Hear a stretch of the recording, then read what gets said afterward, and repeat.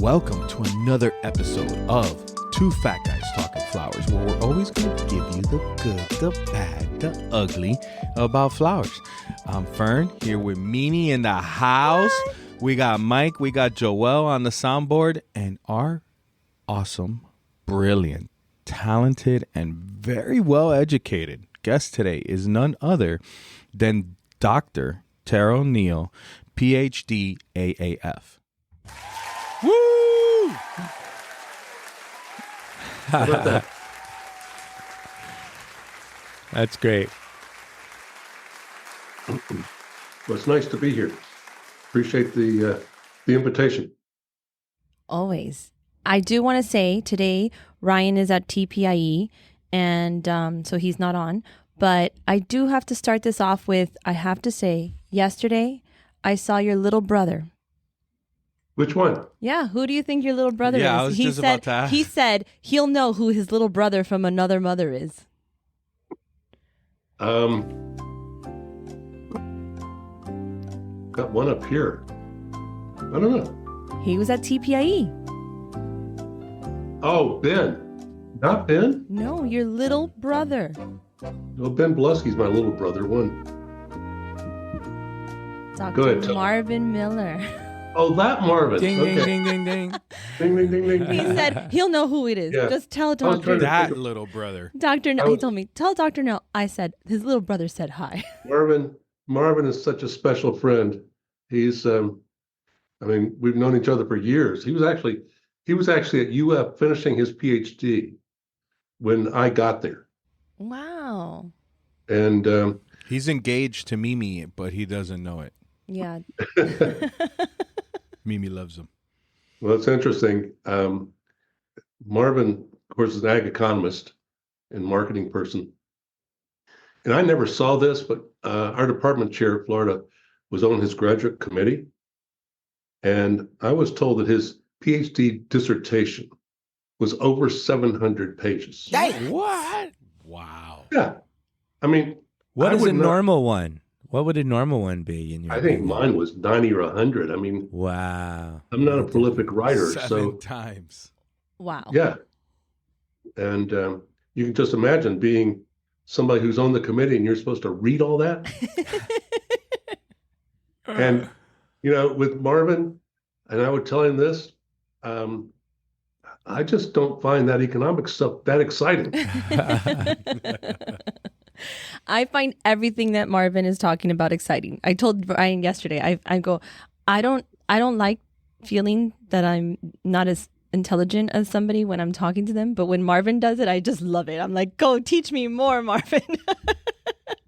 Well, he's he's really an industry treasure. Yes, he is. I don't know of anybody else that I can go to and say, hey, what about this? And he knows it. Well, especially, what's happening in the US or somewhat globally, but also the whole economics and able to explain it. Yeah.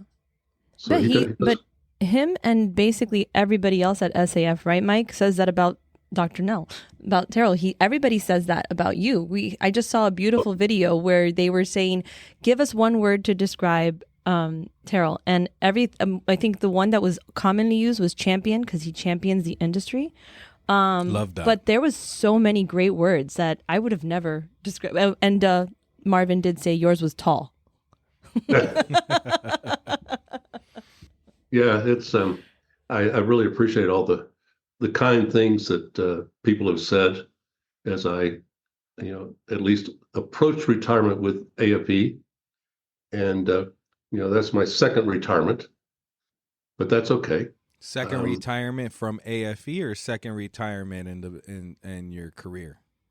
In my career, I retired from University of Florida at the end of 2011, and that wasn't hard. I'd had enough academia and the bureaucracy, and yet we did good things thanks to industry support.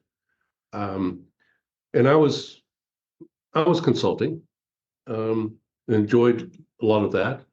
I don't like going into greenhouses one time or production areas and saying, you're not doing this right, you're not doing that right. I'm not a policeman. if I'm going to do something like that, I want to do it on a regular basis and develop the relationship that you build upon. Here's what you could change to make a crop better or to ship better, or as Mike is saying, make sure the logistics are better. I can deal with that just fine. And about 2 years after I retired from UF, the research director of American Floral Endowment at the time retired, and Debbie and I and a few of the board members had talked, would I ever be interested in something like that? And of course I said yes, because they supported my research program for 30 years. Oh, wow. Which is really unusual. No comment on that, but I of course said yes, because I knew what they were and I knew the difference that they made, and allowed me to do some things that I would not otherwise be able to do. And there were two of us in the U.S. at the time who had continual funding. And some of our academic friends, their comment was, well, those people just like Terril and Royal. Yeah, they may have liked us, but you know what? The reason they funded us is because we were doing research that applied directly to the industry. In some cases, research that some of those board members handed to us and said, hey, we don't know the answer to this. And I say, I spent my career solving other people's problems. But well, the floral industry's problems. Yeah. And he's probably talked a few people off the ledge as well, I would guess. Yeah. Saved a couple people. Yeah, I would say probably. I mean, I had some great mentors. And I mean, one was Paul Akey Jr., who in those days owned the royalties from about 90% of the poinsettias in the world. Oh, wow. Yeah. Ladies and gentlemen, we're speaking to two Paul Akey Jr. recipients. Yeah. That's impressive. Oh, cool. Mike and you. Wow. How about that? Yeah, I mean, Paul was such a great friend. And then Carl Scharfenberg at Yoder Brothers, who was vice president of research. And I tagged up with them, so thinking, hey, here's national companies. It's like tagging up with JetFresh and saying, what problems can we solve? What are your issues? And with Ecke and with Yoder at the time, they were the two biggies. I mean, Yoder was all the chrysanthemums, or 75%. Ecke was the poinsettias. And you know what? If they came to us and said, we've got a problem, which Paul did in 1983, and that led to a bunch of great things. And so we were handed the problems, and guess what? The industry funded it. So when I became AFE research director in 2014, and I did it almost 10 years, it was really a great opportunity to kind of frame that and move the whole thing to, we fund what's important to the industry. We fund what's relevant today and in the next 5 years. And it's worked for them as well. And getting information out.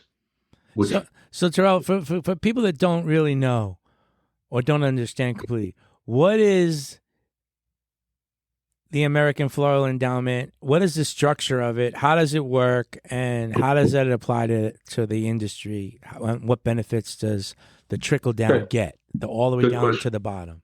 Yeah, because I've only talked about research. AFE was established in 1961 by a group of industry leaders who saw the need to come together and really address several things. At that time, it was just research.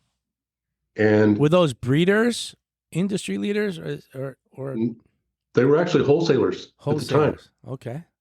I've asked, who were the ringleaders at the time? Yeah. And it was Pinnock. Ah. It was Pinnock Wholesale.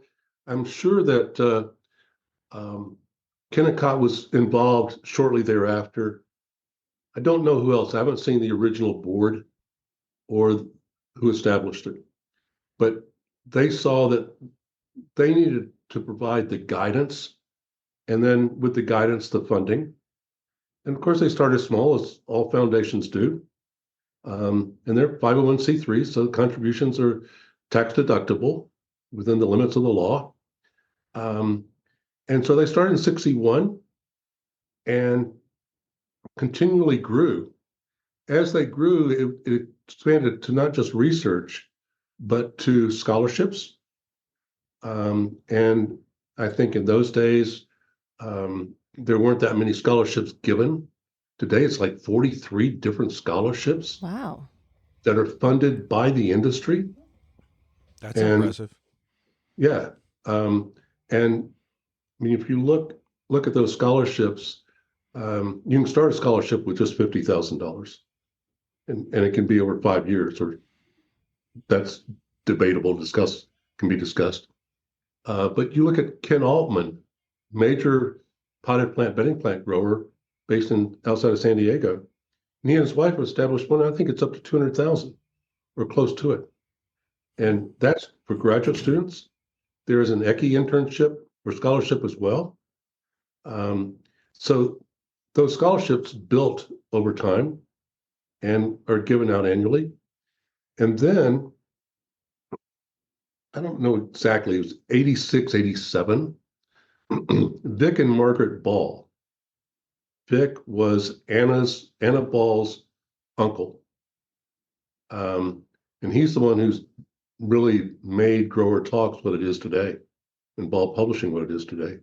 He and his wife gave AFE funding to establish an internship program. And it was for production.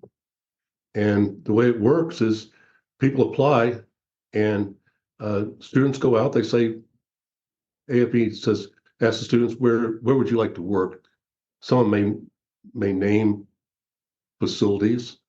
Others may say, I'd like to work in the Southeast, or I'd like to work in Florida or Washington State. And so AFE tries to find somebody who would host them. And, it works. One current AFE board member, Art Van Wingerden with Metrolina. Mm-hmm. And I know Art fairly well and Abe fairly well. Art has told me, we don't consider it an internship. We consider it a 3 or 6 month interview. And wow, that's great. Yeah, I mean, I love that. Yeah. And I mean, I know situations where he had people doing a quote unquote internship. And he told me, that person will go back and finish their degree and I will hire them. I'm not sure the individuals knew that, but he knew that. Juanita's doing that. Yeah. You met Juanita Terril in Amsterdam. Yeah. Oh, and in Colombia too. Yeah, in Colombia, and that's right. She has, I think, 4 or 5 female students are studying to be agronomists, engineers, agriculture engineers in Ecuador, and it's very uncommon for a female to hold that position. Yeah. And Juanita has been allowing them to be at our farm every day and work with our technical people so they get a more on the ground education. And Juanita said the same thing, that, hopefully once they graduate and they've been in our farm so long, so many times, hopefully one of them or 2 of them wants to work for us. Yeah. So I think I really like what Metrolina said. That makes a lot of sense. That's a 3-year interview. I love that. And they provide housing. They have both domestic and international interns. And, it shows. I mean, those people have the Ball internship is either 3 months or 6 months. And the employer pays, but at the end, AFE provides either $3,000 for a 3 month or $6,000 for a 6 month. And so they get that experience. Is Ball publishing the same people from Ball Seed? Yeah. I think, Mike, I don't know how it's set up, whether it's a separate company, but officially Ball Publishing. I think it's owned by Ball Horticultural Company, and they do a fabulous job. The other, Yeah. I mean, the magazines do too, and it really helps to get information out. Grower Talks magazine is great. Like that is a really nice publishing. Like it's a very filled with like so much information. But I mean, there's nothing like opening. I was just saying, like when you walk into that TPIE show, I don't know if it's the green, and then you see the flowering plants too. I like green plants too. Yeah. You like green bud. Yeah, it's my favorite kind of flower. But we really need to hear your story, because I've heard your story about how you got started in the industry, and it brings a tear to my eye just thinking about your grandma. So this podcast is the good, the bad, the ugly, but it's my favorite is the storytelling. We tell, there's a lot more good than there is ugly on this podcast. Please. But the industry is full of a lot of good. So yes, go all the way back, Terril. Go all the way back. Tell us how you got started in the industry. Let's talk about how I got in the world of horticulture. And this is a story Mimi is referring to. I grew up in Pensacola, Florida, and neither one of my parents were into gardening or farming or anything. My great-grandparents were. And their daughter, my grandmother, she was a gardener. Give her a little space and she's going to have a vegetable garden. Or she always had a pot or 2 pots or 3 pots of geraniums. And she grew those things through the summer in Pensacola. Wow. Which almost impossible. Most of us say it is not impossible. It's not possible. And she did it. We can't do anything better than a cactus down here. Seriously, I struggle to keep the palm trees alive. We lived next door to them for about 4 years. And one day she gave me this little packet, looked like a small envelope, and it was. And I said, "What is this?" And she said, "Oh, it's got seeds in it. Go over there and rough up the ground and just sprinkle them out and cover them just a little bit." Fortunately, not all, but a bunch of them germinated. They grew plants, and those marigolds flowered. And that was the beginning. It was such a positive experience. And I didn't know what it was called. And I started mowing lawns. Thought that was pretty cool, even in Pensacola at the height of summer. But I did it. And a friend up the street had a extra lot full of camellias, and he was retired, and he and his wife both took me in, and he'd let me mess up some of his camellias and trying things. So that was the beginning. And then when I was time for college, I said, I applied for several places and ended up going to Auburn, which was a great choice. And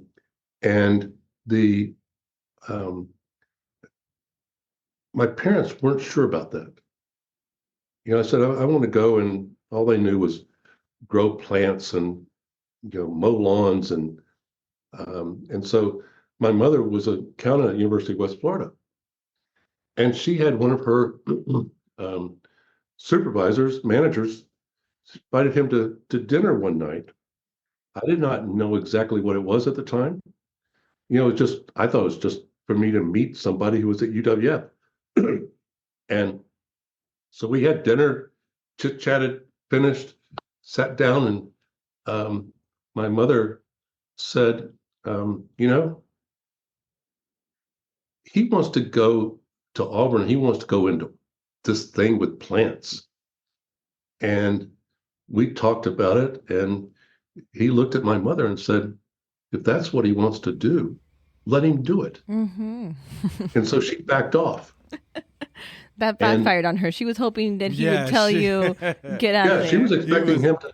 Totally expecting them to sell you on the school in a different route. Yeah, she was going to, she thought he would tell me you should go into business or something. Right.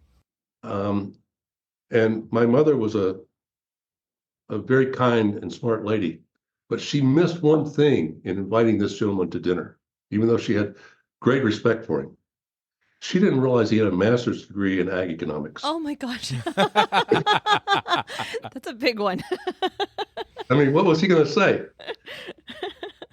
And so I went to Auburn. She went with me for orientation. We were able to meet with the dean. He said, "Oh yeah, what you want to go into is horticulture. Go over here and they'll take care of you." The rest is history. Those were your people.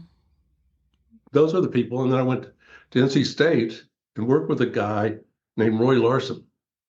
And Roy was, I mean, he was an icon in floriculture, wrote a book about floriculture production and crops. And anybody who knew Roy, I think he must have slept with a flower tile. He had the most gaudy ties. They were all big, bold flowers, colorful. And he, we'd always say, where do you buy these ties? He said, "I don't buy them." He said, "When I travel, or my wife and I travel, we go into fabric stores and we buy the fabric and she makes the ties." Oh, that's awesome. And I think he must have had 200 or 300 ties. And I think they are in the museum somewhere at NC State. Nice. I know they didn't get thrown away. But with Roy, and this is part of the whole floriculture thing, yes, I received a master's degree there, but it was really a 2-year internship program. In addition to the classes, he would say to us, and he had 5 graduate students, "If you're not in class, I expect you to be in the greenhouse." And we were the labor force. So he was working on azaleas, and it was time to pinch azaleas. Guess what we did? We pinched azaleas. If it was time for those azaleas to go in the cooler, guess who moved them to the cooler? But it was a great, great experience. And he had great contact with the industry. So the short courses there at the time were very good. And some of the key people,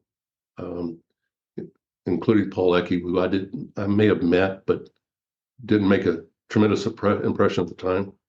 But it was really the launching pad, because I was headed to woody ornamentals and I wasn't sure why. And with Roy, an azalea may be a woody ornamental, but it wasn't to put in the landscape. It was to put in a pot. And he's the one who developed the year-round flowering program for potted azaleas. Wow. So it was a great opportunity. I had beautiful azaleas at my house in Long Island, and they would bloom every spring with beautiful azaleas. But not in Miami. No, I was going to say. No, although I gave your grandma, Joelle's grandmother took a azalea topiary tree that I brought from Panzer Nursery in Beaverton, Oregon. I brought it down here, a shipment, and she loved it. And she got a pot. And then she showed me that. Oh, yeah. I know the one. Oh, like he woke up. Yeah. He's alive. He lives. She showed it to me. It actually rebloomed again. Wow. Yeah. I've killed so many of them because they're beautiful. Azaleas I are would say gorgeous. that's probably my favorite potted plant. Really? Is azalea. Well, it's got to be the right kind of azalea. I don't like the one that's really hardy one. I like the one that's more florist type. And talking about your head grower in Ecuador and having those interns or training young people. Yeah. I think there's so much to that, but the other one, again, Ecke was involved, is I was one of 4 people selected for the Kiplinger Chair at Ohio State. And there were 4 of us. We were never there at the same time. We were brought in not only to have the experience, but to write a book. And the book I was writing, because I'd done the research, some of the research, was post-harvest of flowering potted plants. And I started writing it. And at the time there was only research on chrysanthemums and azaleas and mums. Chrysanthemums, azaleas, and poinsettias. And I told Paul, and at that time Mark Cathy, who was with USDA and they were all on the committee, said, this just isn't going to work. The information's not there. And they said, okay, then go do the research. I said, I can't get the plants. Where can you get the plants? I said, Holland. Is there a place there that will take you and let you do the research? Yes, I think so. I'll ask. And so there was a research station about 3 blocks from the auction. They had great facilities. They said, sure, come on over. And between the Kiplinger chair and AFB that had a study abroad program at the time with cash attached, and Eki, and I don't know who else, I spent 6 months in Ellesmere doing research, counted more dead and dying and dropping flower buds than I ever thought I would count. But my wife and daughters, and at the time the daughters were 5 and 3, we spent 6 months in Holland and in Europe. But I mention it What an because experience. I You got to think, take I your think the family. experience, the international experience, the interaction, because we all think, well, the Dutch know so much, or the Germans know so much about research, or Colombians, and when you have those experiences, and I think probably everybody on this call have had these experiences, you find out they don't know everything. We don't know everything. And you find out the interaction, the teamwork, the connections, in many ways, is what makes the world go round. Absolutely. Well, Mike did that. Mike, didn't you go to Holland Yeah, I as spent well? a few months in Holland when I was a kid. And he recently sent one of our colleagues over to Holland to go and learn from some of our partners in Holland. Yeah, Pinky spent 3 weeks honing his skills. Yeah. He did 1 week in the auction. He did 1 week in a Flying Dutchman truck, and he did 1 week in some cash and carries. The Flying Wholesale. Dutchman almost So you killed got a him. little He bit that of- was an, But he you- said that was an intense week. But it's exactly what Terril said. Like, it's about the experience. Sometimes we think, oh well, we don't have those things, the education or the whatever. But your experience means a lot, and learning from everybody, and opening your mind to say, I don't know this, but I can be an expert. So, like, for instance, I have a little book and I go over a different flower every other day, and I try to get a little more information just so I learn, because I this is what I wanted. I wanted to leave the hard goods and come to cut to learn from my master's degree over here. But there's nothing like, no better school than here. but the experience, you learn so much immediately. Just by listening to people talk, you learn about logistics, and I think that's so important. I think it's really important to invest in the next gen, as a leader, you need to try to figure out how to deprogram yourself from how you used to be to how things are now. Yeah. And it's taken me, a bunch of lessons to learn that, but Yep.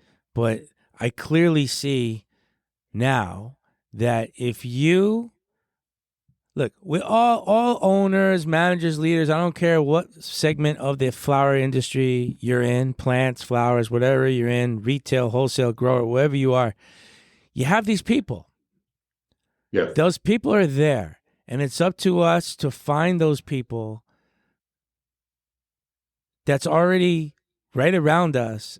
And instead of looking at them as more of a pain in the ass to teach something to, you got to look at them more as like, okay, this is a person who could help take our company to another level someday, and you got to start them somewhere. So that's why when we see people here that have, like Pinky, that have these talent, and he's got a talent of the gift of gab, and he's a schmoozer, and he's got the sales down, but he doesn't necessarily have the leadership skills yet. And the way to get leadership skills is to have those kind of experiences and to watch how other people do it in different places, not just here.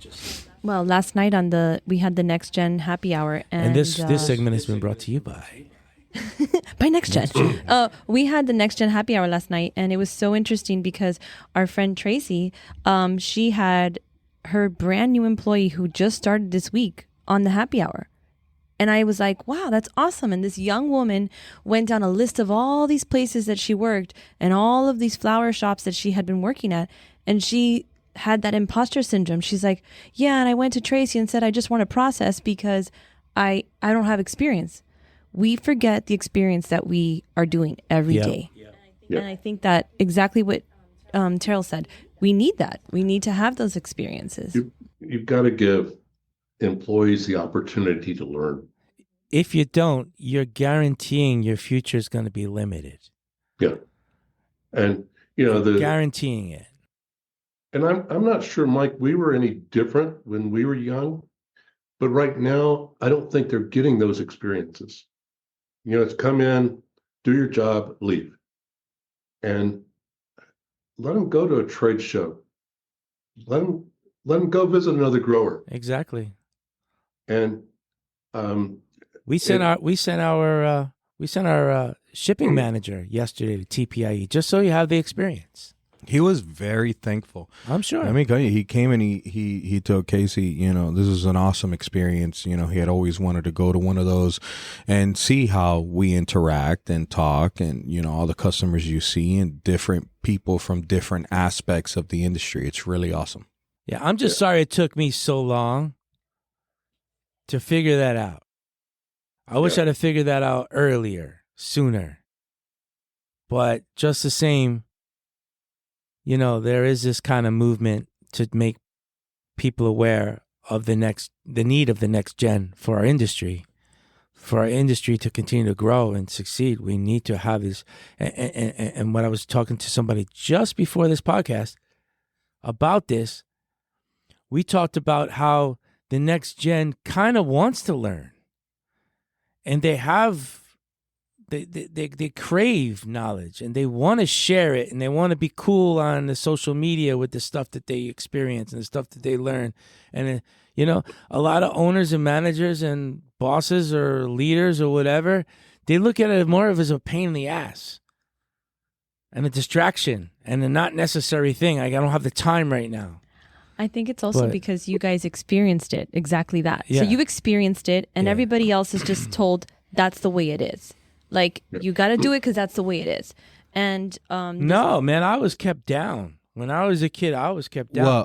They made me drive the truck for 5 years. But there's a lot of that still. Because I was a good truck driver. The managers that have all the skills now say, fuck it. Job security is making sure no one else can do my job. Right. The trick. A lot of that, unfortunately. The trick is to make yourself as close to irreplaceable as possible.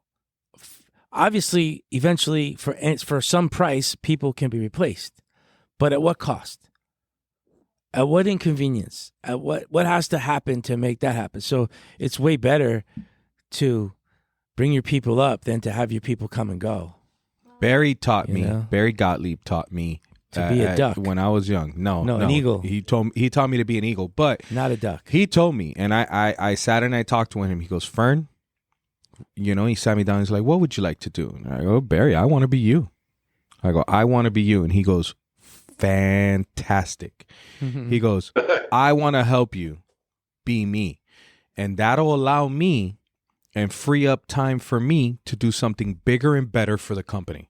He goes, I want you to come take this position. He said, you're going to have to work your ass off, but come do it so I can do something bigger and better for the company. And that is the way it should be done. Well, and I guess as a professor, you feel that experience a lot, right? Because Fern wasn't allowed to do that stuff in other places. He wasn't allowed. They wanted to keep him down.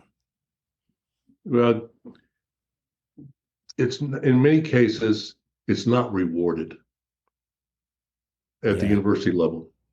You have to make your own rewards. Mm-hmm. And those rewards come in watching young people, in that case, the students, mature, develop, and get excited about something. And if you don't do that, it's really a pretty boring job. Yeah. I got tired of going in the classroom 3 days a week. And it was fun at first because it was an elective course. So students signed up for it. It was greenhouse management and flower production. They were interested in that. Then it became a required class, and I ended up with turf grass majors in there who could care less. And it was just no fun. But after Holland, I came back and said, these students need the same experience. Yeah. And the university said, you want to do what? we started an international student tour. And of course, where did we go first? We went to Holland several times. The motherland. I mean, my wife and I developed the program. She went a couple of times. We also had master gardeners who we went on one tour to Holland. And I mean, we knew where to stay or the areas to stay. We found a way to find out who to talk to about buses, but we knew the locations and we arranged all that. And the students would leave here or leave Gainesville, and what are we going to do? We're not going to sightsee. No, we're going to go visit production facilities and the auction and gardens. And I did it with the idea that it would also help to spread the word of what floriculture was among students who weren't sure what they were going to do. And I think that worked in some ways, but it was usually 9 to 10 days total. And they'd come back like new people. Mm-hmm. We like this. And they got that experience. Did you ever lose a student to the red light district, possibly?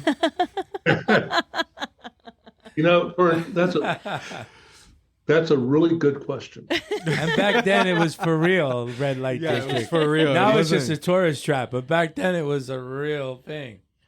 The answer is no. And I never took them through the red light district. We had one day in Amsterdam where we went to the key museums and we did a boat tour and things that you do in downtown Amsterdam other than the red light district. And Fern goes to the Bulldog. Love the Bulldog Cafe. Hey, I have my own booth there. It's whatever separate. moved you. One time I took Casey to Holland and we stayed right above the Bulldog. And every day, like I was going to bed, he goes, I'm going downstairs. I'll see you tomorrow. But one of the tours, I had 2 or 3 of my staff members on the tour. And, they were mingling with the students and they found out that there was either 1 or 2 graduate students who, on that last day in Amsterdam, they were going to slip away and go to the red light district and get themselves into trouble. Yeah. How do you go back to see your professor like that? You can't.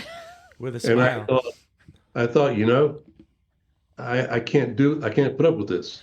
I don't want The to have to call responsibility. up and say, they've just been arrested. Yeah. And so I knew what it was. And right after breakfast, before we got on the bus, I had a little heart to heart with them. And I said, look, we just can't do this. Yeah. Come back on your own dime. We're here representing the University of Florida, and that's what we're going to do. And we're going to do it right. And I said, if I find out that anybody has left and gone to the red light district while we're in a museum, we will all come back to the hotel and we'll sit here the rest of the day. Oh, wow. And one of the guys, he didn't want to go to the museums. He sat outside museums pouting the whole day. He ended up getting a PhD and had the nerve to apply for a position in my department. And I was department chair. Need I say he didn't get an interview? Too funny. That's so funny. we know you said you got your master's in North Carolina, but you also got your doctorate in Michigan. Let me tell you, what a lineup of universities. Yeah. I mean, the South, you hit 2 in the South and the major one up north. Mm-hmm. Well, and when I went to MSU, I did research on cut flowers. Actually, on cut flowers. That's where it comes in. That's where it comes in. That was And so I had potted plants, I had cut flowers, I had warm production, I had cool production. Actually, Michigan was cold, dark production. And it allowed me to understand more about the world and the world of flowers. So yeah, MSU was fun. Living now in the mountains of North Carolina, people say, "Oh, we can't live in North Carolina. It's too cold." And I say, "No, you don't understand. You haven't spent 4 winters in Michigan. Yeah. You would understand then." I fully understand. So I was born in Miami, Yeah, but I was raised in northern Illinois, in the north of Chicago, in the suburbs. I spent many winters there. I absolutely refuse to go back and visit my family during the winter.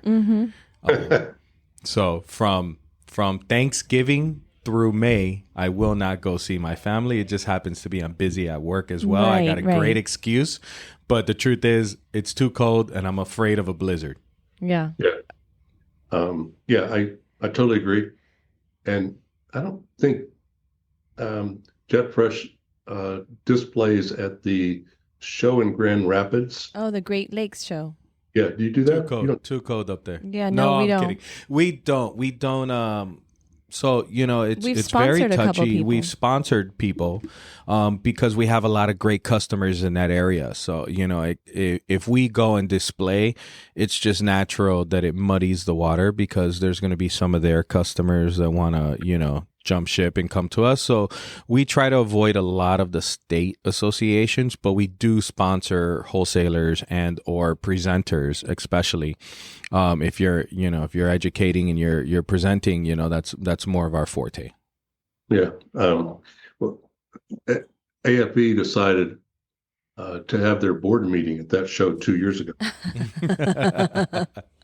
All I could do is think about my 4 winters in East Lansing. Oof. And the first week of March can be a pretty wet, snowy time. Mm-hmm. To say the least, I was not excited about going. But we went. Fortunately, we did not get snow, and it wasn't terribly cold. You got lucky. But I got very lucky. So when you went to Michigan and you did your doctorates there and you got into the cut flower world. Yeah. How did that, like, how do you feel about, the difference between potted plants or ornamentals and then all of a sudden going into the cut flower world? It was completely different, no? Oh, totally different. And it was interesting that the people in the faculty in Michigan were almost totally either cut flowers or bedding plants. There was not much potted plant research. Oh, okay. There was a lot of potted bedding plant production in Grand Rapids and Kalamazoo, and they did some bedding plant research, but it wasn't huge at the time. But I could fall into the whole cut flower thing very easily, and I enjoyed it. I learned a lot about roses at that time. Yeah. In production of roses, and my major professor was actually my first major professor was into post-harvest and received, I think, the first AFE grant on post-harvest of cut flowers. And I saw how thrilled it made him and what he did. So that was kind of instilled in me as well. And so that was pretty cool. So we can talk care and handling all day in post-harvest because this makes me happy. But our listeners are going to hear this right before Valentine's. So drop some knowledge. Tell us, what is the most important thing to do for your longevity, and for vase life, for the end consumer during this busy season of horrible red roses Valentine's Day? Well, what Mike was alluding to before we even got started was logistics. And temperature, that is very, very important. But I'm going to back off of that. I think it's important. I think you have to maintain the right temperatures for the crop. But I think it's too much of a crutch. It's something that you can say, well, that happened because you didn't maintain temperature. Or you've got to maintain temperature and forget everything else. I totally disagree. If the crop is not hydrated properly, it doesn't matter. You let a crop dry out And if you put it in the box, it's not totally hydrated or hydrated properly with the right solutions, you're not going to have you're not giving the flower the ability then. I got to interrupt and ask you a question. I'm sorry. I just got to ask you right now. What? Uh-oh. Let's have it. Do you know about the Chrysal's Arrive Alive product? I do. You I think think you, is that the are you a fan of it? It's not Is that ethylene. the- No. It is a hydration foam that Oh, goes or around the sponge. bottom of the The big- stems. It's not a sponge. It's a It foam goes around the sponge. bottom of the stems, and then there's a plastic bag over it. And now a word from our sponsors. exactly. Let me preface this by saying they're not the only company that has those. No. Oh, yeah. No. But does that product, Um, that type of product, is that effective in your opinion? Not seeing their results or the results from other companies. It makes a lot of sense, but back, early 2000s, we were asked by a company to test something like that. And granted, we were only shipping from Miami to Gainesville, probably simulating shipping for another 3 or 4 days. I don't remember. And we could not see a difference. But we were hydrating properly so that the flowers, even without that, were very wet, or they were full of moisture. And when I say properly hydrated, what a lot of people don't understand is, it's let's harvest early in the morning. Well, then you harvest early in the morning, and guess what? The flower is full of water. Yep. What do? We spend money to put those into a hydration solution or into a silver thiosulfate solution that the major companies have. I've been in Colombia. I've done that research. And at 6:30 in the morning, 7 o'clock in the morning, a cut rose takes up about a half a milliliter of water. Is that why some farms post-harvest, they have them on shelves dry rather than sitting in buckets of water? Yep. Oh, I always wondered why they do that. That's part of the concept. Yeah.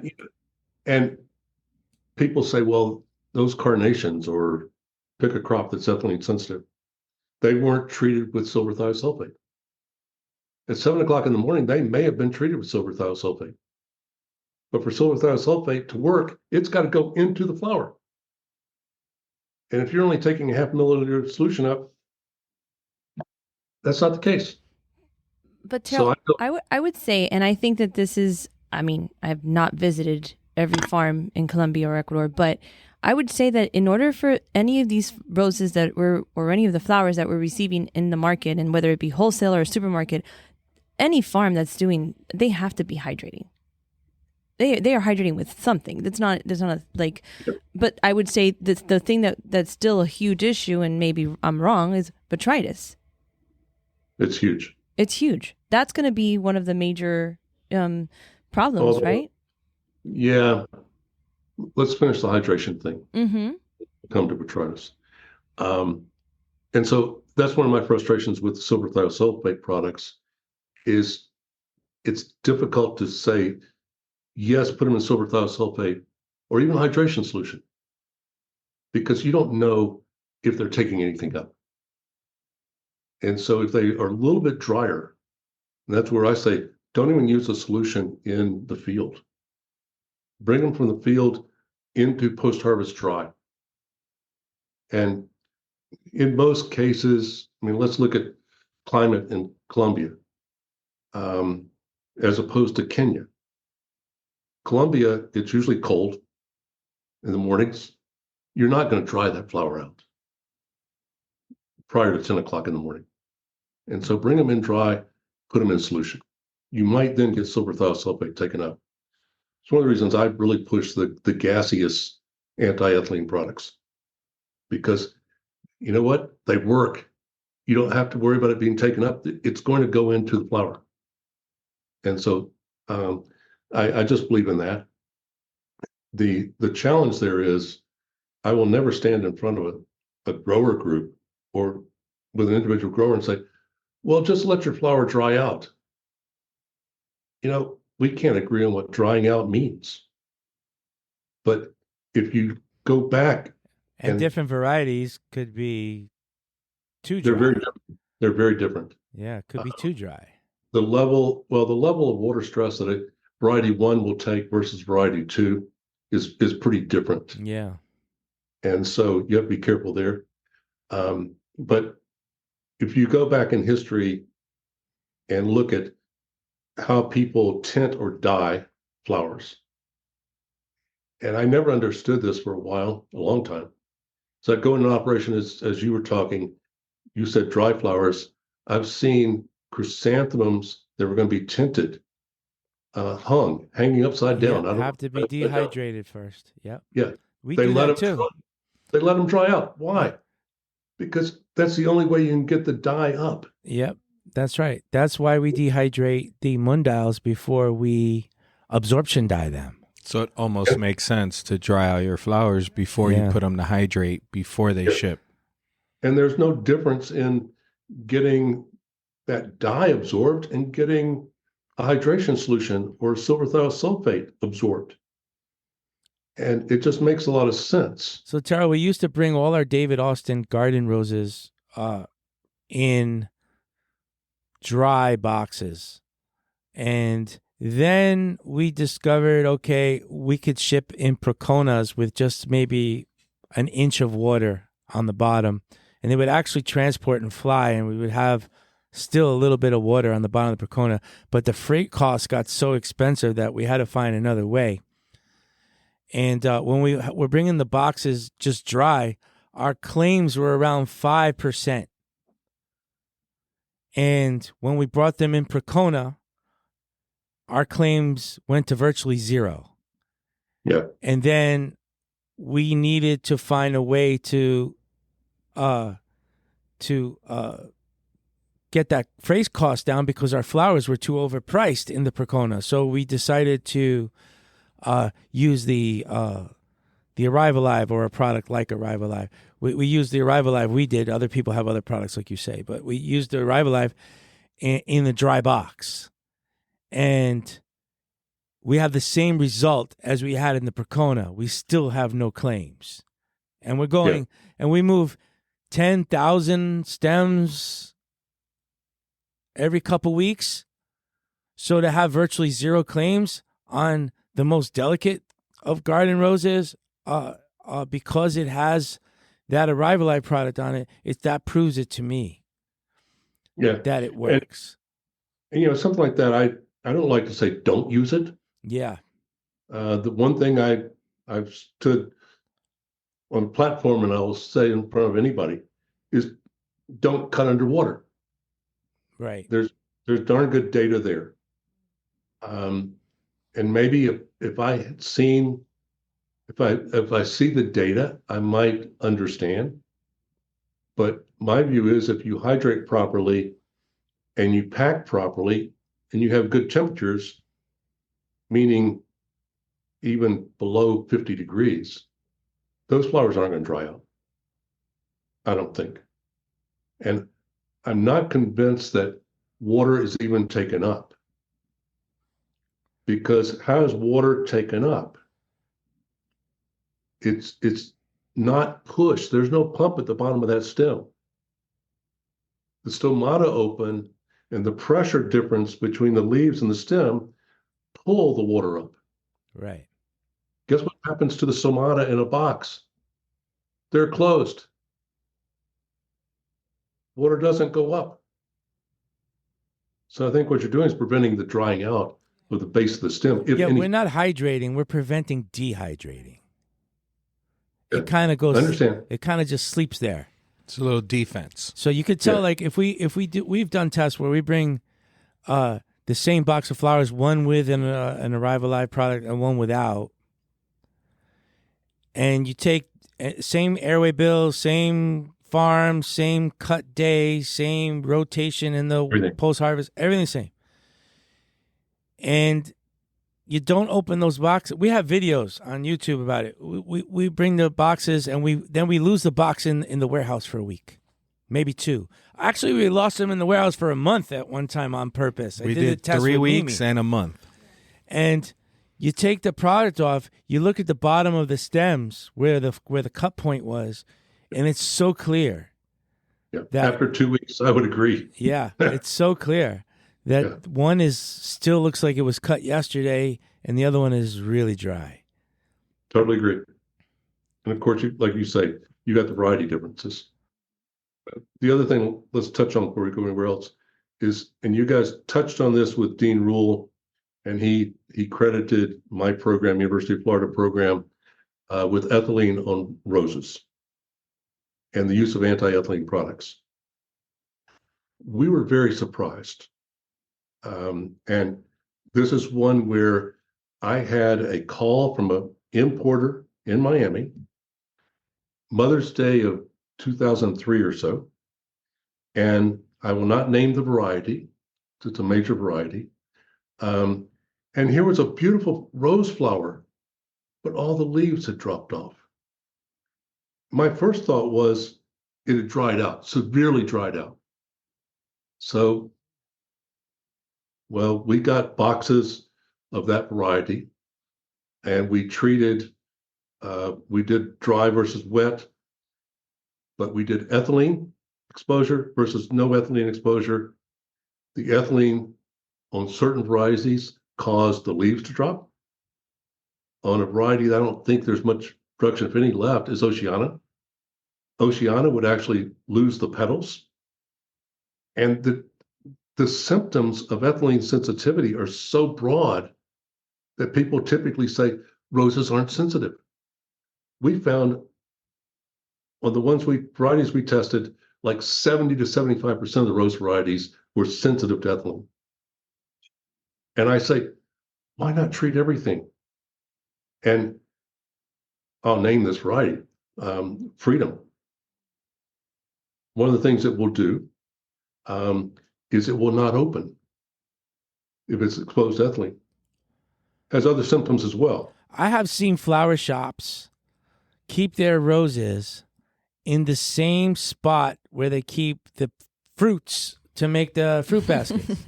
And how many times have some of us have written, don't do that? Yeah. Stop it. Yeah. Yeah. But Mike, we also use the ethylene paper. Yeah, I used to use ethylene scrubbers in front of the, behind the refrigeration evaporators, and the air used to pass through, and it used to filter it out. I kind of got off of that because we don't have much ethylene producing things, but flowers that are just sitting in the warehouse are producing ethylene. Oh, absolutely. Yeah, one of the things with flowers is ethylene scrubbers are good for the air, but ethylene is either in the air, or if a flower is aging, or it's dried out, or it's been exposed to warm temperatures, or many different things, Yeah, it produces ethylene internally, right. and those scrubbers don't fix that. Right. That's why I kind of got off of that, but The they're gas, expensive. the gaseous anti-ethylene products work because it gets into the flower, as does STS if you get it into the stem. What I do on Valentine's, especially because all the roses have extra days on them, even before I get them or wherever.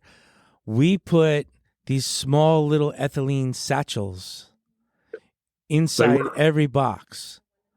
Yeah, and if anybody wants to know where to find them at a reasonable price, I won't mind giving the plug to my friend Jim Stefanelli at Stefanelli Enterprises. They sell these small little Yeah, you ethylene. wet them and you drop them in the boxes. We don't even wet them. No? No, they're little pellets inside like a tea bag, and you put them in the boxes, and they actually work because when you look at the pellets when you first get them, they're one color.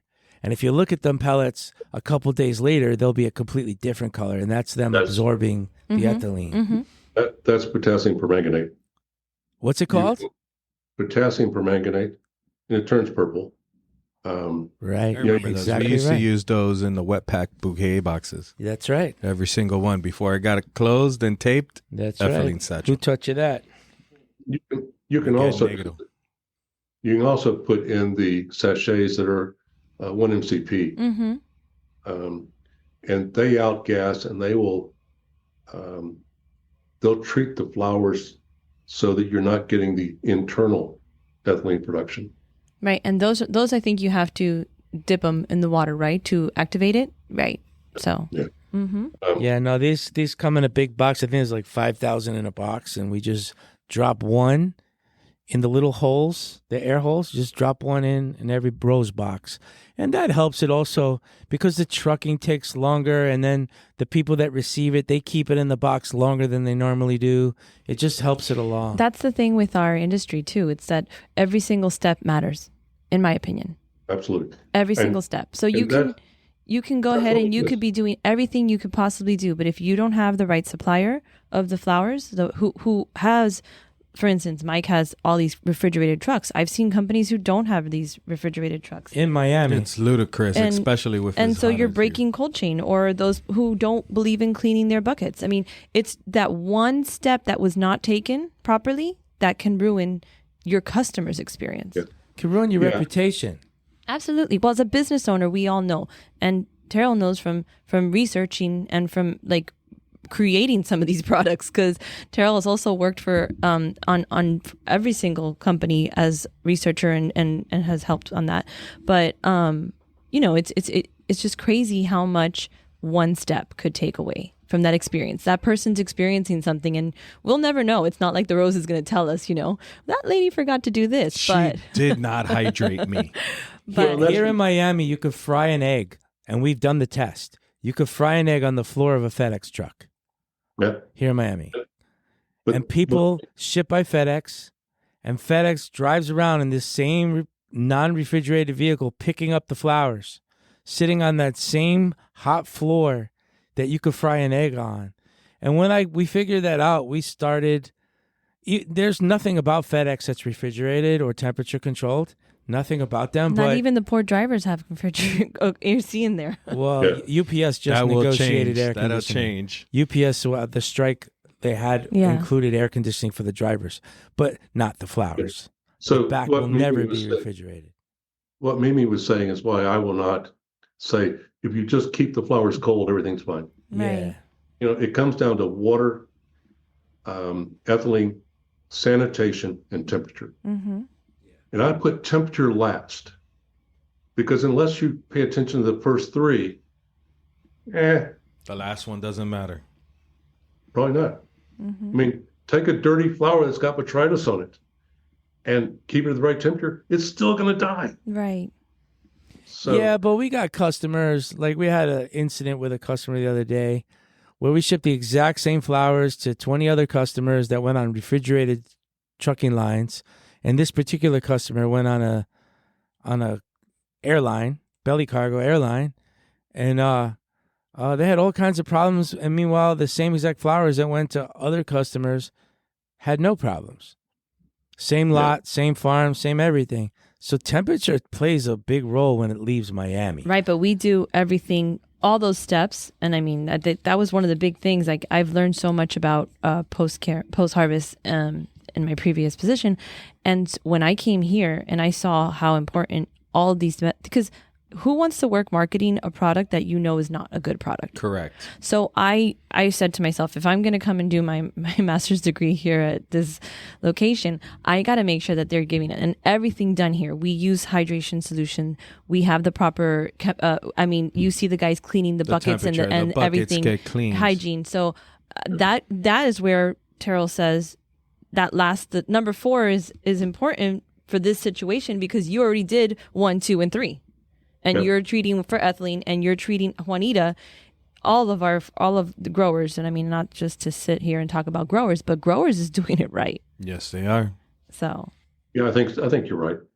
So, and you brought up botrytis. And one thing I'll say is the industry was very supportive when we started botrytis research at their request and thrips back in 2016. And we had 5 years worth of funding.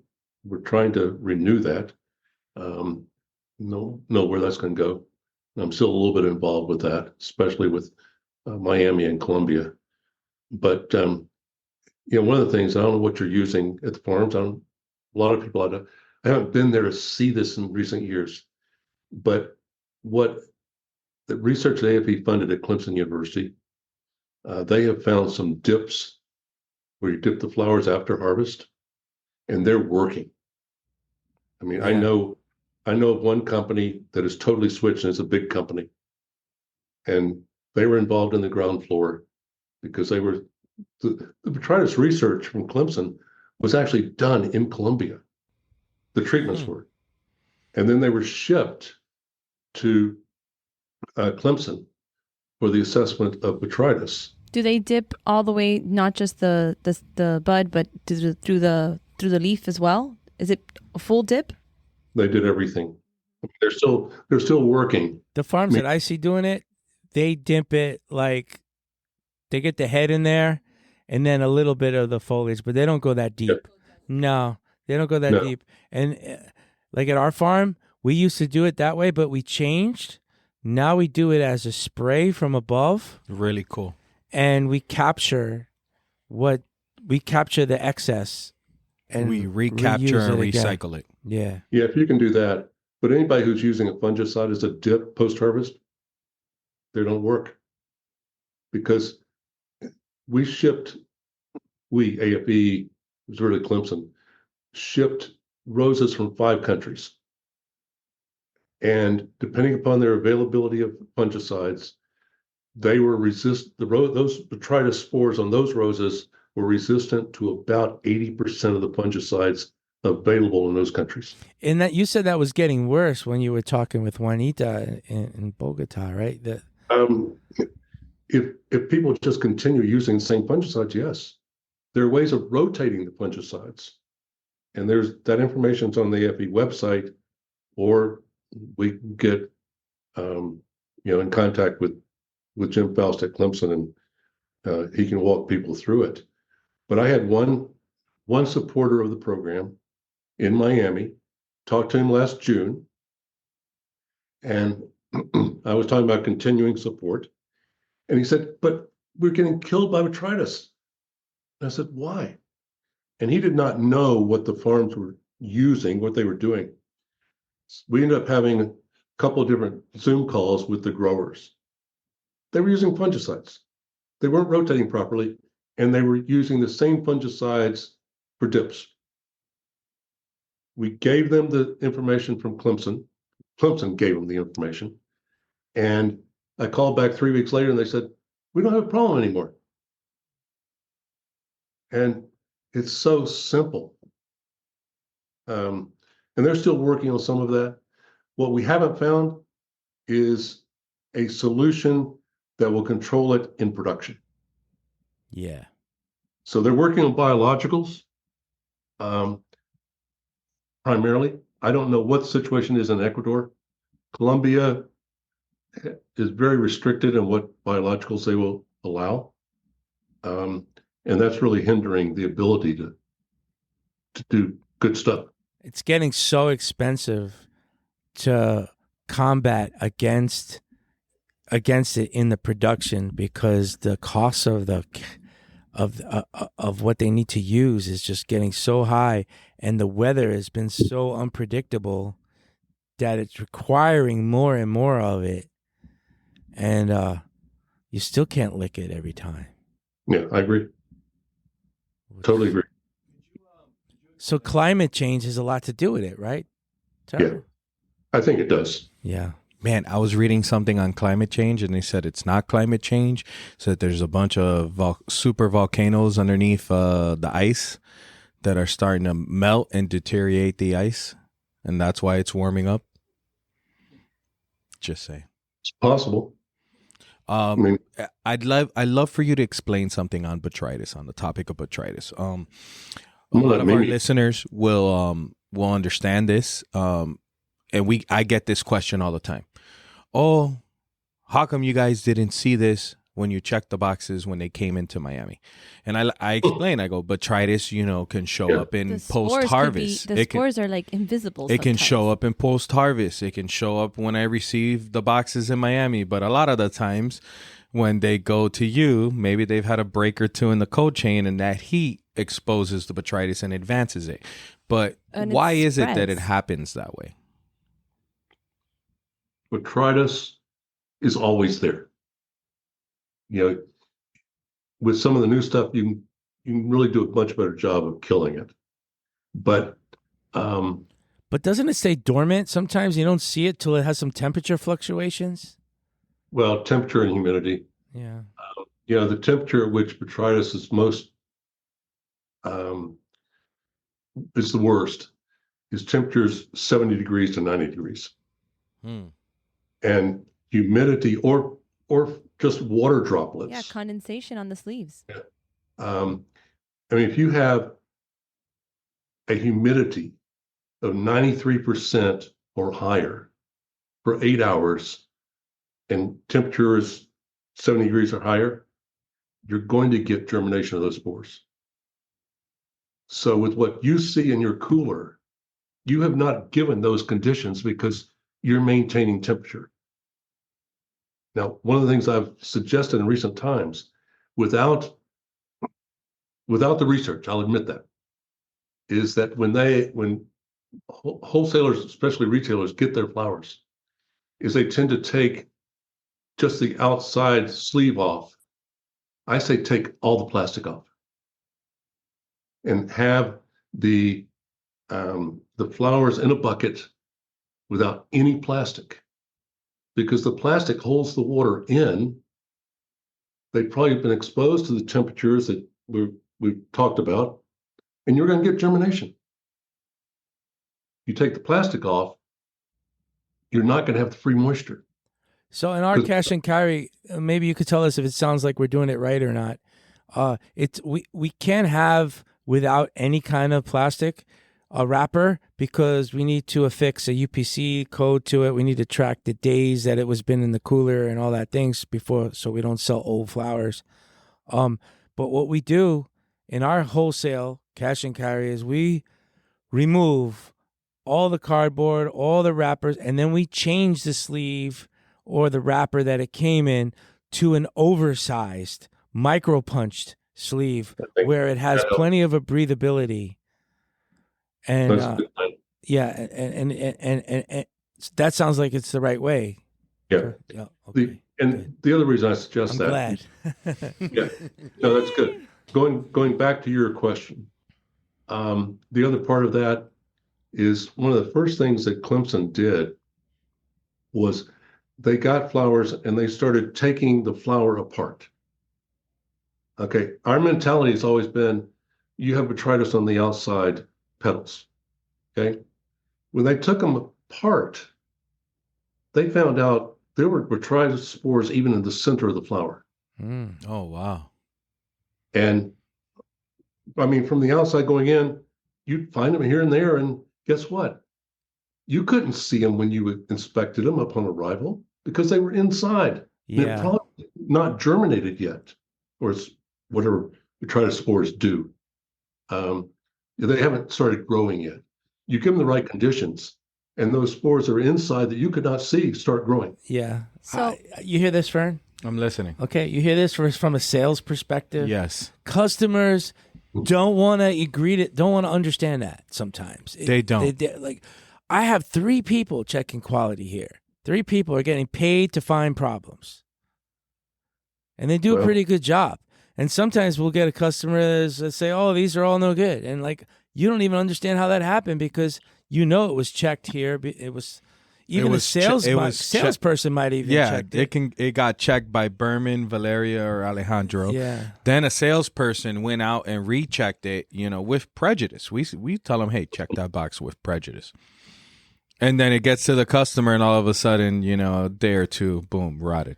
But and correct me if I'm wrong, but botrytis can also spread. Like, a lot of people think I'm removing the guard petals that might have the botrytis spores on it, and then I throw that petal in a garbage. But then I leave that garbage can there sitting forever. Doesn't it spread on anything and everything? So I didn't know that. Yes, it spreads. It's like it's like a virus. Shit. yeah. It's like a so virus. it is super crucial to, once you spot a botrytis, you take it and you get it out of your facility. Like, if you're a florist, you need to get it out. It can also spread on your clothes and your hands, and Yeah. like a virus. Shit. And some people are allergic to botrytis, right? So they're like, oh, I'm allergic to this flower. What could it be? Right? Botrytis can actually affect it. Like, so it's there's so much to it. Terril, let me ask you a question. Now that we're pre-Valentine's, is it more likely to see more botrytis when roses are pinched hard for Valentine, or is it the same? I don't think it matters. It doesn't matter. No. That's good to know. Going back to Mimi's point, every now and then as I come up with these wild ideas and I'll write them. And the Florist Review article that I wrote, which was probably, I guess, my last AFE article, because we were doing quarterly care and handling for Florist Review. I love those articles. I did a checklist for retail florists for Valentine's Day. And I emphasized the sanitation thing. Get those garbage cans out. Get rid of the decaying or remove leaves that are probably on the floor or stems or whatever's there.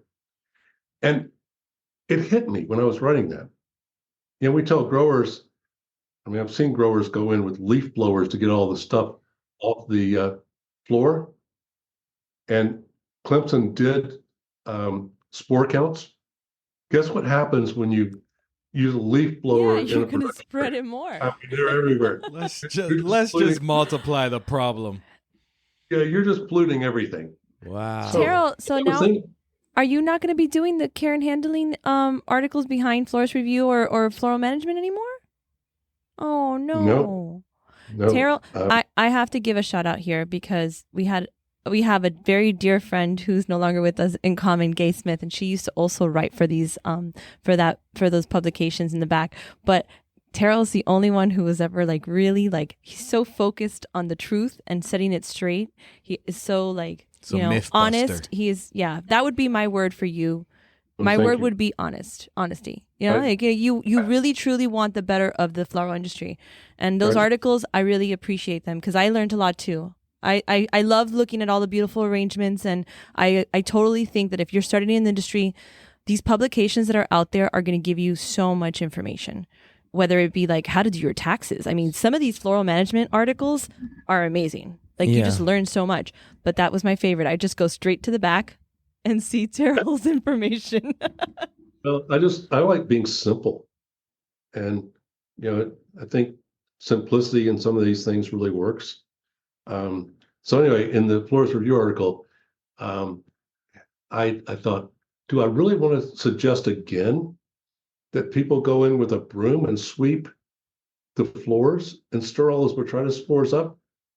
And I have had nobody comment on this, which I think maybe means nobody's read it. I don't know. But I said, maybe you should use a wet dry vac and vacuum your floor. We have a tenant machine. We have a Zamboni that goes around the warehouse once a week and washes the floor with a detergent. That's wise. Okay, I'll give you one other little thing on botrytis. And I wish you'd try this, not now, wait until after Valentine's Day. There is scientific evidence, pretty well substantiated on various crops, that when you have botrytis, and botrytis causes a damage in the petals, ethylene is a wound hormone.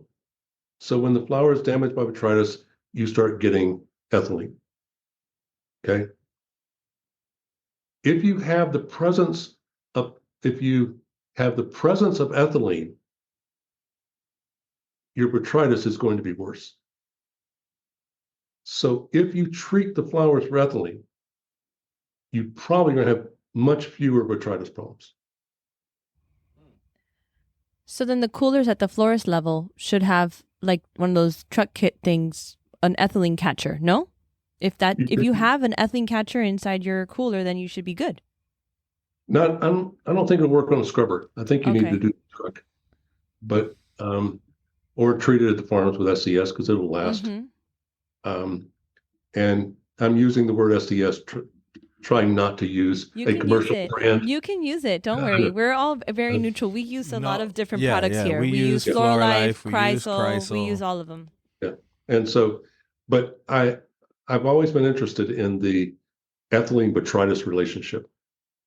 And we've never had a large scale evaluation where somebody would say, okay, we're going to check for 2 or 3 weeks or a month and treat properly for ethylene and see what it does to our botrytis and our complaints. But it's going to take 2, 3, 4 weeks because, as we've discussed, it doesn't happen every time. I could do one shipment and nothing happens. You say, doesn't make any difference. It's going to take multiple shipments, multiple times. So if when you treat for ethylene at the farm level, where are you treating it and how are you treating it? Through the STS? And are you doing that instead of dipping the roses, or are you doing that as in addition to dipping the roses? In addition. Okay. So it's an added process. Yeah. But and if you don't have the information on dipping with what Clemson has shown, let me know and I'll get it for you. And you also mentioned that, you need to rotate or change whatever fungicides you're using. So that's constant. You need to use a different one. Constant. And this is even if you're treating when the flowers have been cut, right? So the flowers have no connection to the plants. You still have to rotate it because they'll build the tolerance.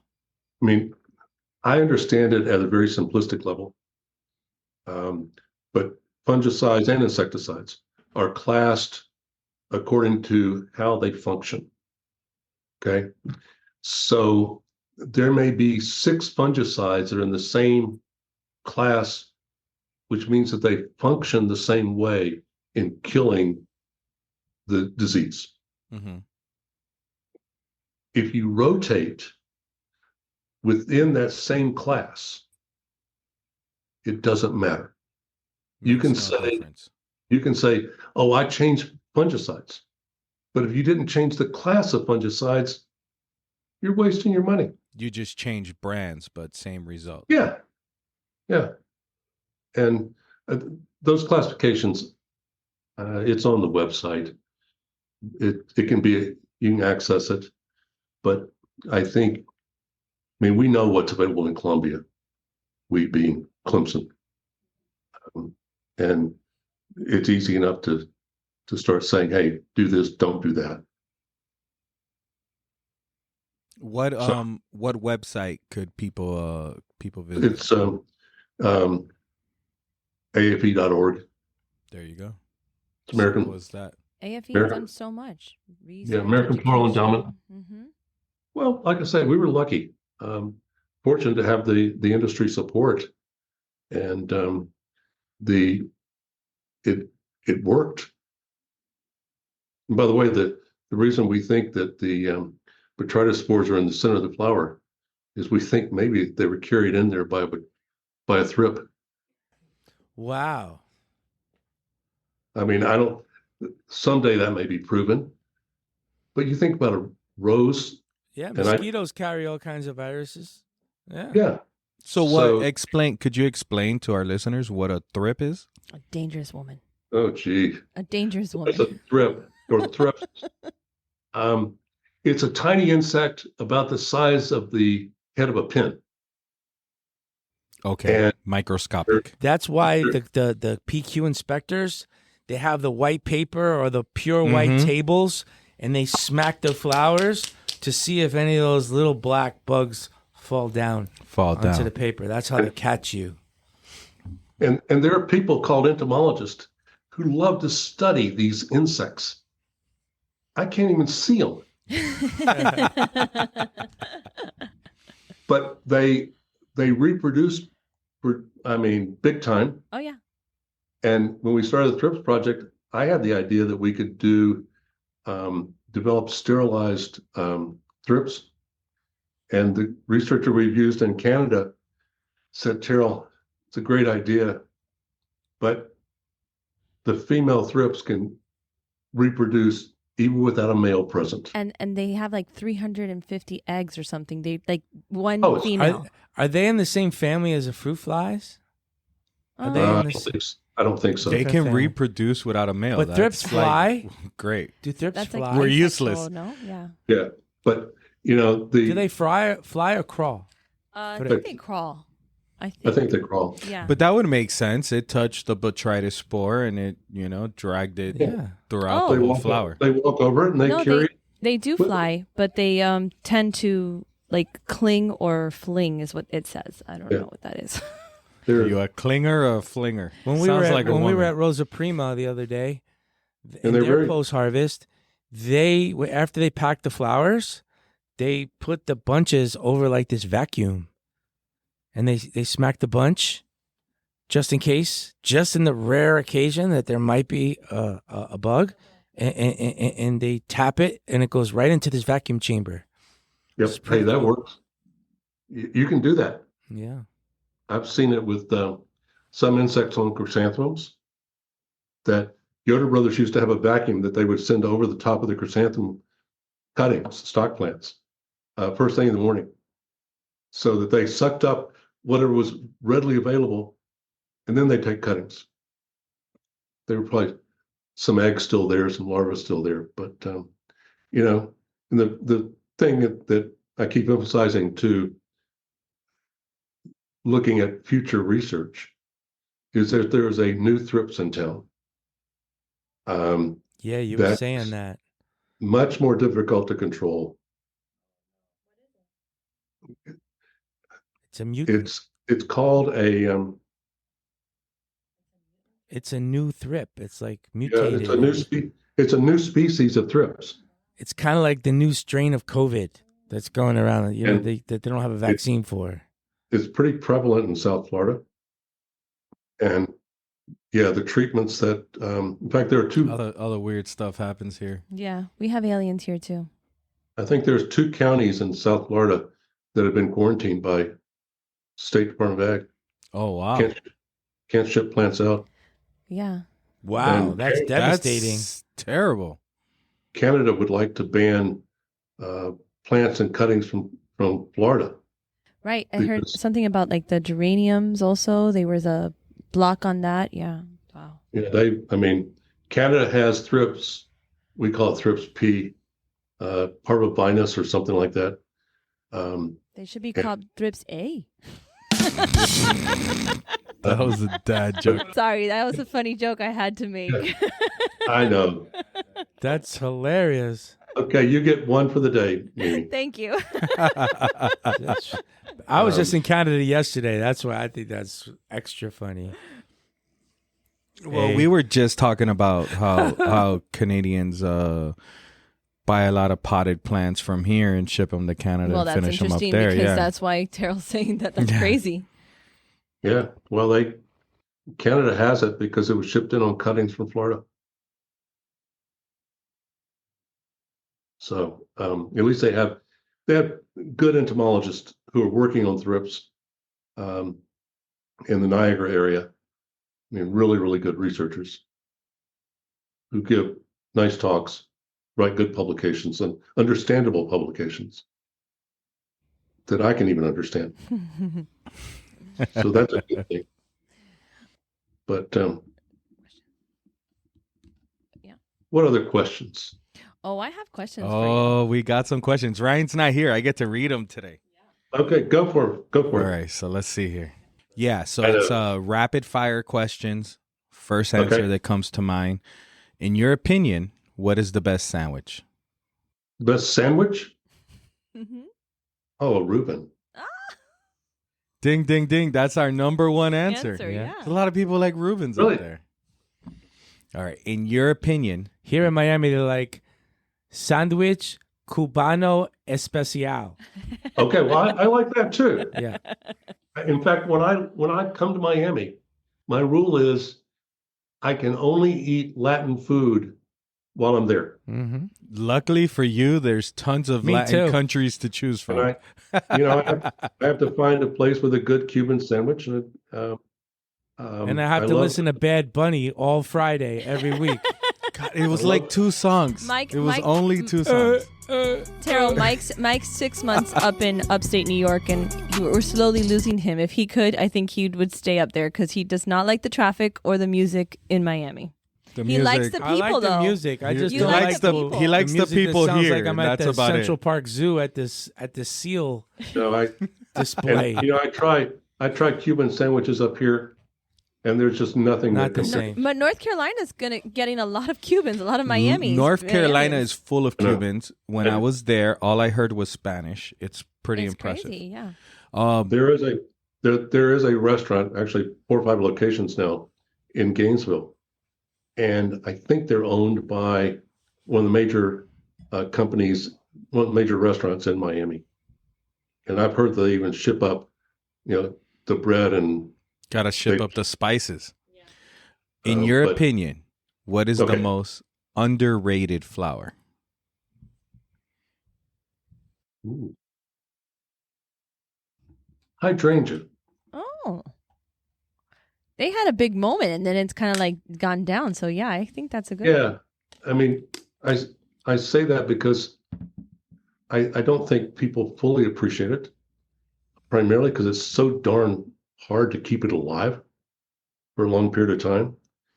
And I think I think these probably exist, the point where we get or hydrangeas with smaller heads, so they fit nicer into bouquets. I think they'll become well known.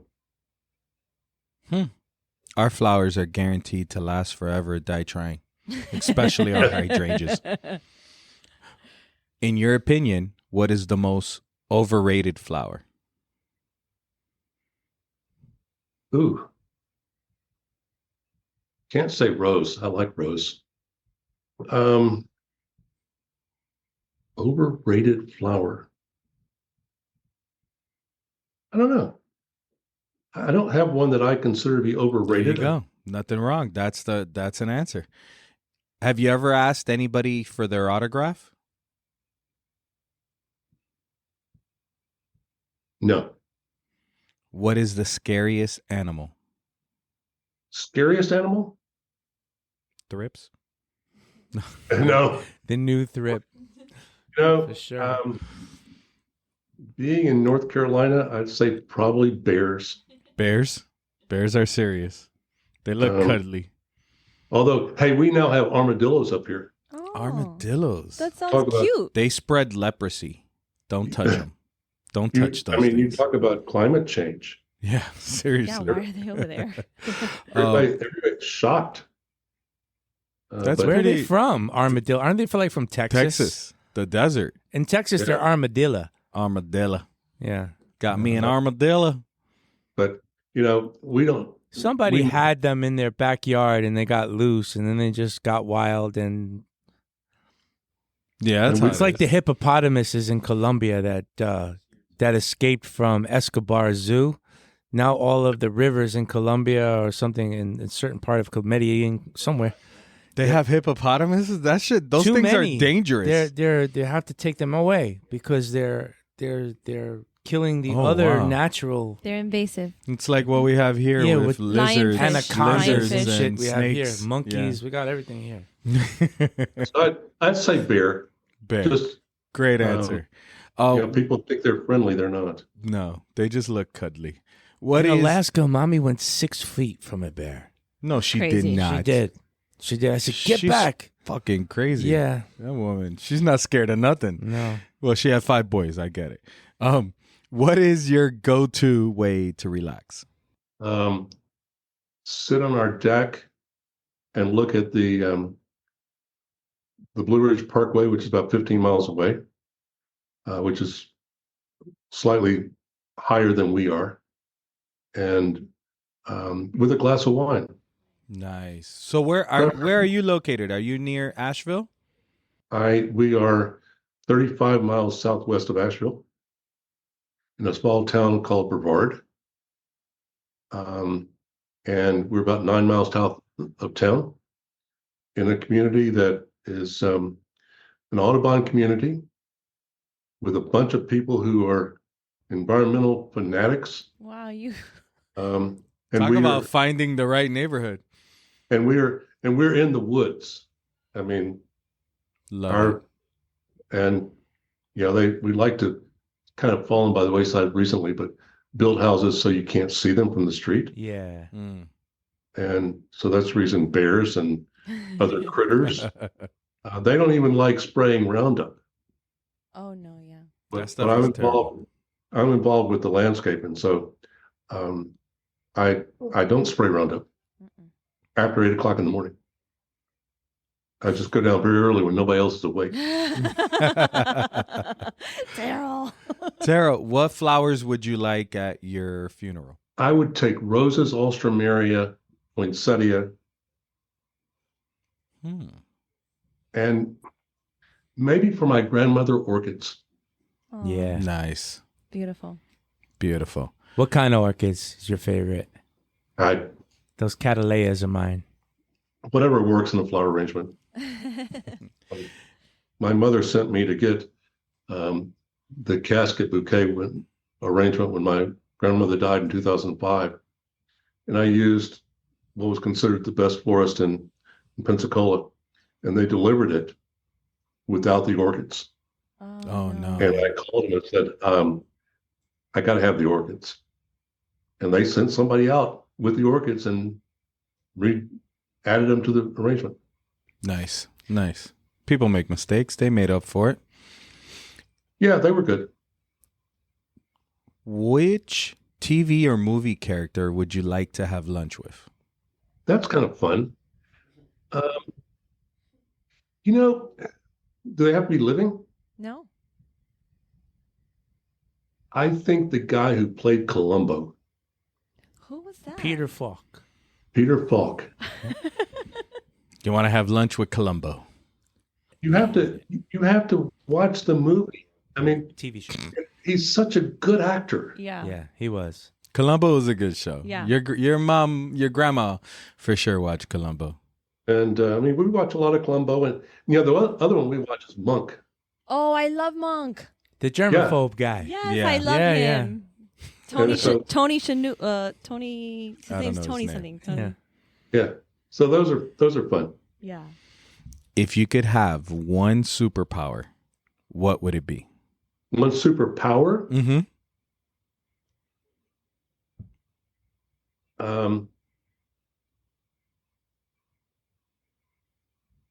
Make everyone successful Wow. Wow. in their own way. That's a new one. I like never that. heard that one. Yeah, I love that. Sprinkle some success on some people. You might already have it. Well, I think You might already have that it's superpower. coming. I like to think it's coming, but I think there are so many people who just don't see a way out of the life that they have. And if you could sprinkle and show them there is a good life. What an answer. Wow. Thank you. Dr. Terril, before we leave, is there somebody you would like to suggest to be a guest on the podcast? Have you had Red Kennicott? No. but he's we on got the list. Word, though. He's on the list. He's on the list. Mimi. We had Lenny Walker on. Yeah, And, yeah. I listened to his. I love Lenny. But yeah, Mimi, we gotta get Red Mimi. I know. I Well, think- I'm gonna need some help there. It's already here. Yeah, He he said yes. Yeah. Okay, Yeah. let's get Let's it. get him He in. said yes. No, I think Red would be good. He has such a perspective, Yeah. and over time he's been so successful. At least from my perspective. I mean, I don't do business with him, and No, it's a mutual feeling. Yeah, Trust us. Definitely a Um, mutual feeling. but Red, I think he'd be my pick. All right. Mimi's gonna make that happen. I have Yes, faith in her. I am. If anybody wants to get in contact with you, I know you want to retire, you want to leave, but flower people do Yeah. not leave. They do not retire. They No, consult. they really don't. People want to call you soon, or they want to reach out to you, emailing you. How can our listeners get in touch with you? Very easy. My email is terrilnell@gmail.com. Simple. Love Love it. it. Love it. And Mimi, anything else? Are we done? No, Mimi? I mean I could talk to Terril all day, but we're gonna cut it here because everybody has to have if all lunch. else, and if all else fails, Mimi knows where to find me. Yes. Yeah, Mimi's got a beacon on her favorite people. I Of swear. course. Yeah, I'm going to start a Mimi list of favorite people. Check your bag for an Apple tag just in case. I think I've got a tracker on me somewhere. I don't know. Yeah. Oh my, ladies and gentlemen, this has been a very educational, awesome, kick-ass episode of Two Fat Guys Talking Flowers, where we're always going to give you the good, the bad, the ugly about flowers. Thank you so much, Dr. Terril Nell. We appreciate all your knowledge you shared today. It was really awesome. Thank you for joining us and taking the time. Mimi, Mike, Joel, myself, thank you for listening. Have a great day.